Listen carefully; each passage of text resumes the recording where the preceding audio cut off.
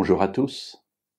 Très souvent, lorsque nous lisons les évangiles, nous voyons Jésus en opposition avec les groupes de son époque, par exemple les scribes, les pharisiens, les sadducéens, qui sont les trois groupes principaux qui existaient à l'époque de Jésus. Les pharisiens sont un groupe bien connu, ce sont des gens importants, des gens qui font partie du Sanhédrin, c'est-à-dire du tribunal suprême de l'époque, et ils sont très souvent en opposition avec Jésus, c'est vrai, mais pas que.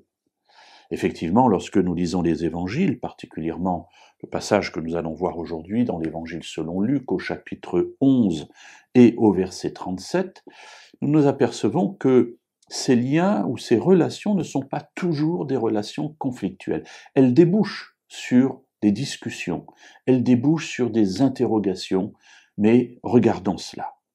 Pendant que Jésus parlait, un pharisien le pria de dîner chez lui. Il entra et se mit à table.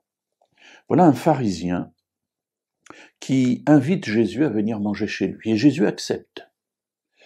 Et là déjà, c'est le signe que les oppositions ne sont pas si marquées que cela, parce que sinon, ce pharisien n'aurait pas invité Jésus. En effet, ce groupe est connu pour afficher vis-à-vis des plus faibles, des plus misérables, un certain mépris, et nous avons de nombreuses situations dans les évangiles qui nous rapportent cela. Pour autant, ici, ce pharisien invite Jésus, et Jésus accepte.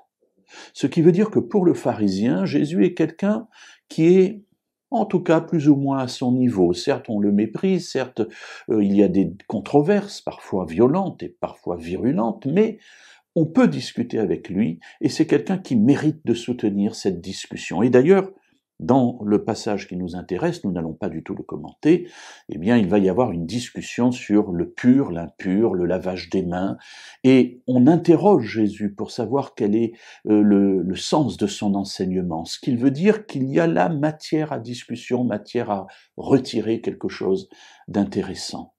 Alors non, mes amis, il n'y avait pas toujours opposition entre les pharisiens et Jésus, et particulièrement avec ce groupe. Et d'autres situations dans les évangiles nous montrent qu'il y avait des liens, qu'il y avait des rapports entre eux. Le deuxième élément que je voudrais souligner, c'est que Jésus accepte d'aller manger chez lui.